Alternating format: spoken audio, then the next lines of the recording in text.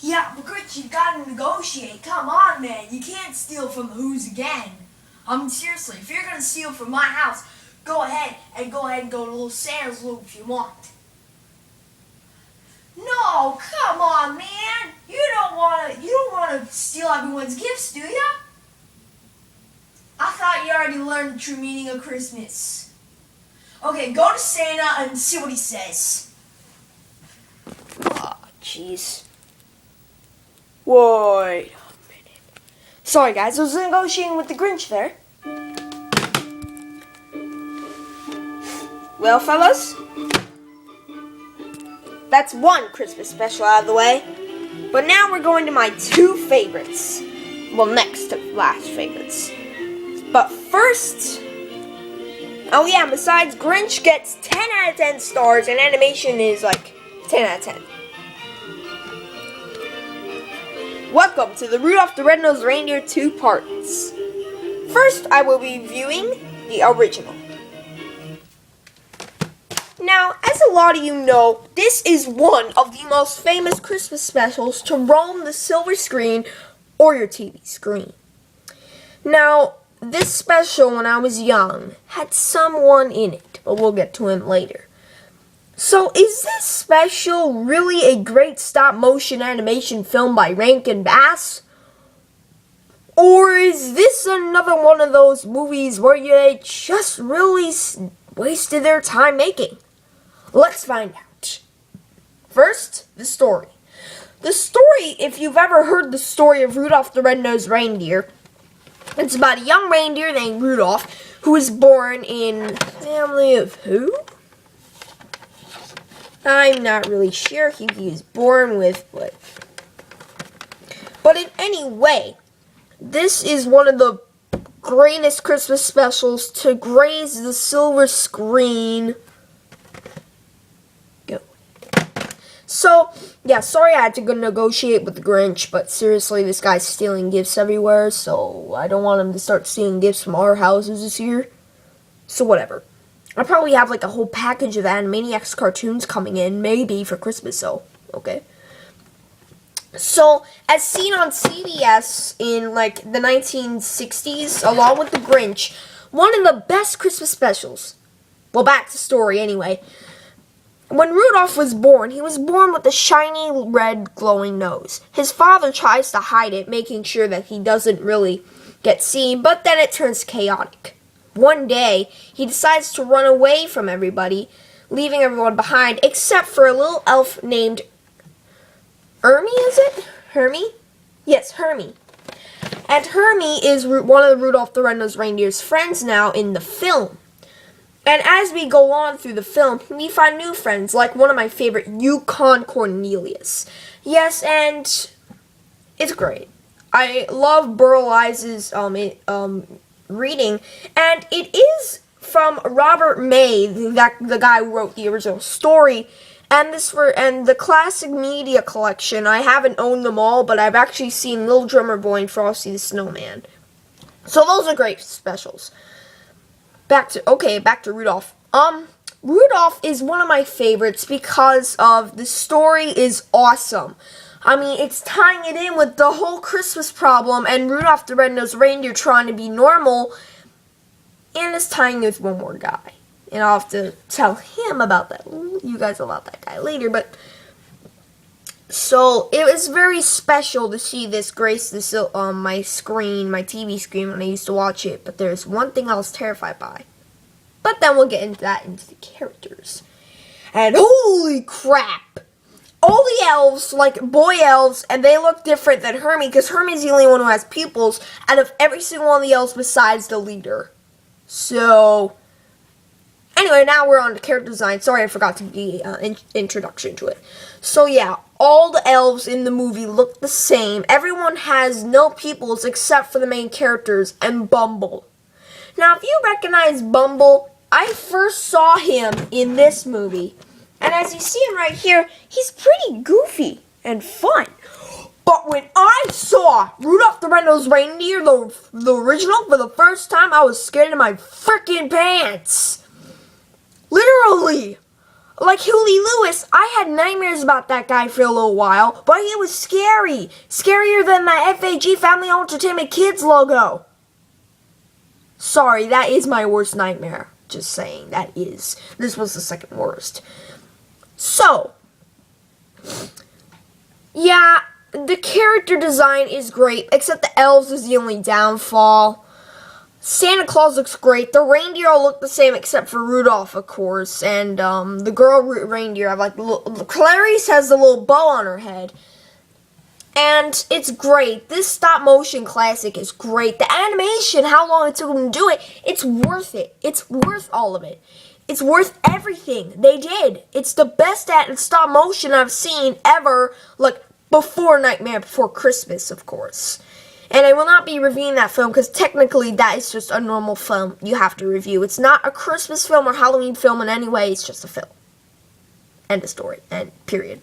End of discussion. So, this was great animation. I mean, I adore it. I adored it as a kid. You should adore it. Anyone who hasn't seen it yet.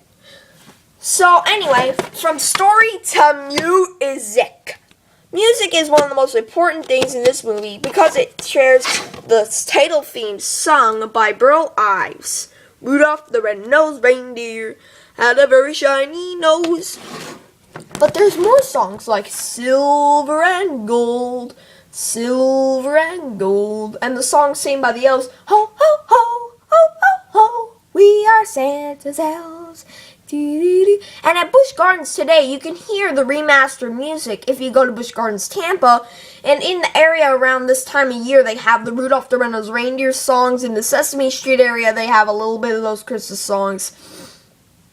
So yes, very interesting. I love the music. But now, to one character, Bumble. Yes, Rudolph the Red-Nosed Reindeer, Clarice. I love every character in the film except the extra elves and the leader. And Santa. I know Santa is a lovable character, but in this movie, the star of the show is Bumble and Yukon Cornelius to me. So, to end this part of the CBS special, I give this a full rating of 9 gold stars. Just because maybe A, Bumble creeped me out as a kid, and also some of the stop motion was a little bit jerky, and maybe the story might be a little... Oh yeah, the Rankin Bass, which is great. So, the end of this Rankin Bass film, and next we're gonna look at what may or may not be maybe or may not be a good sequel, long-awaited sequel to this great masterpiece.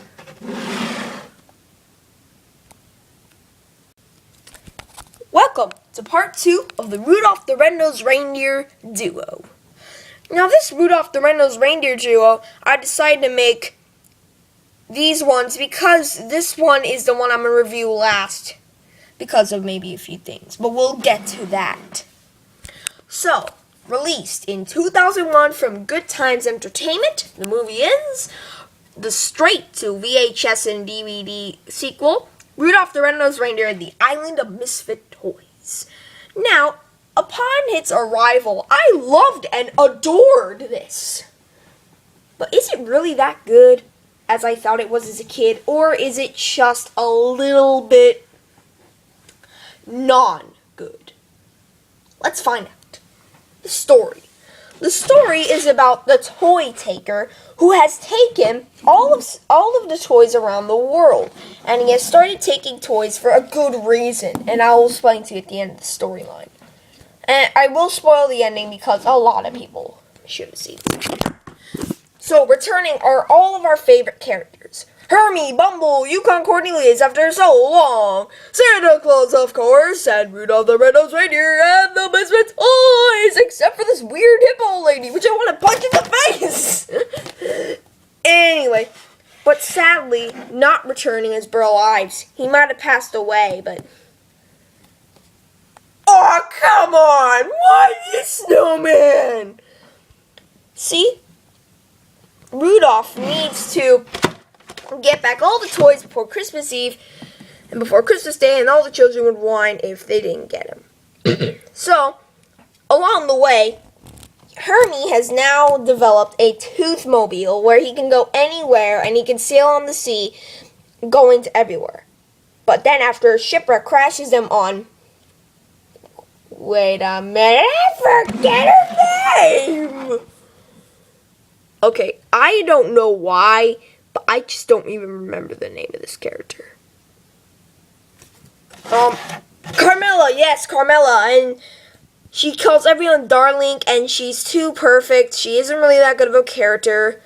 So this is just actually a discussion of the mix of everything. So yeah, character, and she's good. She hates, I really don't like her. Bumble in this movie is a little too goofy. Yukon Cornelius is the same self. Santa is.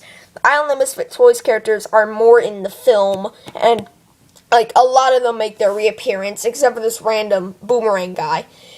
But after they visit the Island of Misfit Toys, which they did, I think, before they visit Carmela, then Carmela fixes them all up, and Rudolph needs to figure out this really kind of stupid problem.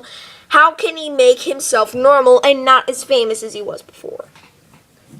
But then at the end, when they capture the toy taker, they realize he's only a stuffed bear that Santa made years ago.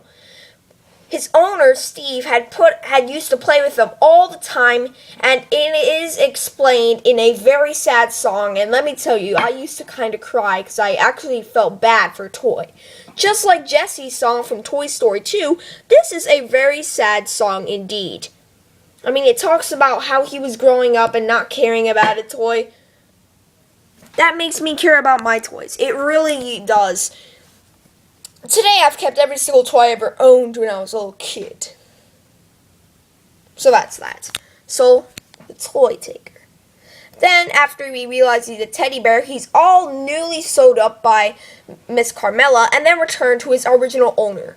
And let me tell you, the toy taker is the only character in the film I really love, and he's my favorite character. But the animation, that's its greatest downfall. Now, for a CG animated film, Good Times, the distributor, but I'm not sure who the animators were on this. Who cares? But still, guys, the animation on this movie is not good. What's his name from Dio and Wimpy Kid? Chirag says, not good. That's what the animation is.